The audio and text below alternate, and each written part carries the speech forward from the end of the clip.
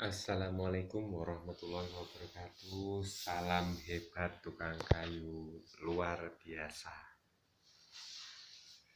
Di sini saya akan mengisahkan tentang tukang kayu. Seorang pedagang kayu menerima lamaran seorang pekerja sebagai penebang pohon di hutannya. Karena gaji yang dijanjikan dan kondisi kerja yang bakal diterima sangat baik, sehingga si calon penebang pohon itu pun bertekad untuk bekerja sebaik mungkin.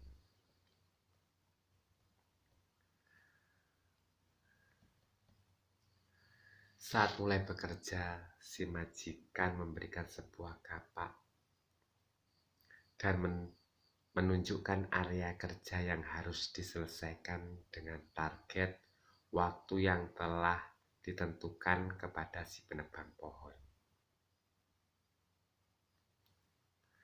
Hari pertama bekerja, dia berhasil merobohkan 8 batang pohon. Sore hari, mendengar hasil kerja si penebang, sang majikan terkesan dan memberikan pujian dengan tulus. Hasil kerjamu sungguh luar biasa. Saya sangat kagum dengan kemampuanmu menebang pohon-pohon itu. Belum pernah ada yang sepertimu sebelum ini. Teruskan bekerja seperti itu. Sangat termotivasi oleh pujian majikannya. Keesokan hari si penebang bekerja lebih keras lagi, tetapi dia hanya berhasil merobohkan 7 batang pohon. Hari ketiga dia bekerja lebih keras lagi, tetapi hasil tetap tidak memuaskan, bahkan mengecewakan. Semakin bertambah hari, semakin sedikit pohon yang berhasil dirobohkan. Seperti aku telah kehilangan kemampuan dan kekuatanku. Bagaimana aku dapat mempertanggungjawabkan hasil kerjaku kepada majikan? Pikir si penebang pohon merasa malu dan putus asa. Dengan kepala tertunduk, dia menghadap ke sang majikan, meminta maaf atas hasil kerja yang kurang memadai dan mengeluh tidak mengerti apa yang telah terjadi. Sang majikan menyimak dan bertanya kepadanya, "Kapan terakhir kamu mengasah kapak?" "Mengasah kapak? Saya tidak punya waktu untuk itu. Saya sangat sibuk setiap hari menebang pohon dari pagi hingga sore dengan sekuat tenaga," kata si penebang. "Nah, disinilah masalahnya. Ingat, di hari pertama kamu kerja dengan kapak baru dan terasa tajam, maka kamu bisa menebang pohon dengan hasil luar biasa. Hari-hari berikutnya dengan tenaga yang sama, menggunakan kapakmu yang sama tetapi tidak diasah, kamu tahu sendiri, hasilnya semakin menurun. Maka sesibuk apapun kamu harus meluangkan waktu untuk mengasah kapakmu, agar setiap hari bekerja dengan tenaga yang sama dan hasil yang maksimal.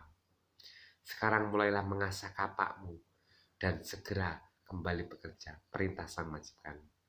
Sambil mengangguk-anggukkan kepala dan mengucap terima kasih, si penebang berlalu di hadapan majikannya untuk mulai mengasah kapak. Benar saja, sejak setelah kapaknya selesai diasah lagi, dia berhasil menebang lebih banyak. Ada sebuah pepatah mengatakan, istirahat bukan berarti berhenti, tetapi untuk menempuh perjalanan yang lebih jauh lagi. Sama seperti si penebang kayu, kita harus beristirahat.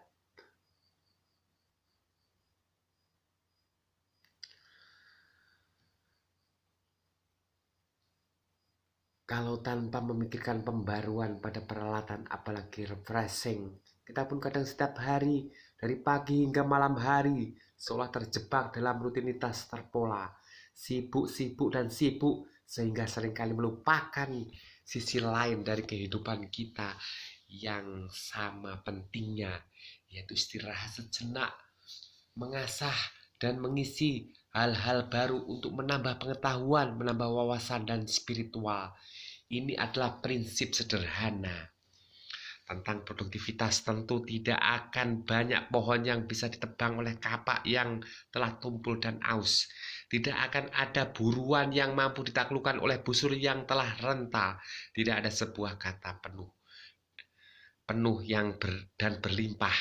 Zaman berubah dengan cepat. Ilmu pengetahuan yang kita dapatkan di bangku sekolah tidak lagi cukup untuk bisa mengajarkan kita bekerja dengan lebih produktif dan efektif di zaman sekarang.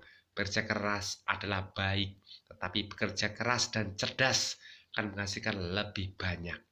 Karena itu tetaplah belajar. Ada saat kita fokus bekerja, ada saat kita fokus mengasah gergaji kita, memperbarui ilmu dan pengetahuan kita.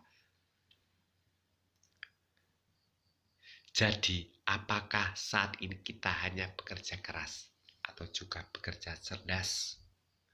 Nah, dengan demikian, kita sebagai pekerja tukang kayu, kita luangkan waktu sejenak untuk merefreshing otak kita, untuk memikirkan ide-ide kreatif, untuk mencari cara cepat, menabung untuk membeli peralatan yang lebih canggih, sehingga kita bisa menghasilkan yang lebih maksimal. Salam santun. Semoga kita semua dilimpahkan rezekinya sebagai tukang kayu. Semoga kita bisa berubah menjadi tukang kayu yang lebih profesional dan bisa mendapatkan hasil yang lebih, dan kita bisa menabung untuk keluarga, untuk orang tua, dan untuk anak-anak kita masa depannya. Mudah-mudahan kita bisa mendapatkan hasil lebih dan bisa mensekolahkan anak-anak kita sampai kuliah, sehingga anak kita mendapatkan masa depan yang lebih cerah daripada kita yang tukang kayu. Tapi kita harus yakin bahwa kita akan bisa maju dengan profesi tukang kayu. Tukang kayu luar biasa. Salam tukang kayu luar biasa. Mohon subscribe and like dan ikuti video-video selanjutnya. Assalamualaikum warahmatullahi wabarakatuh.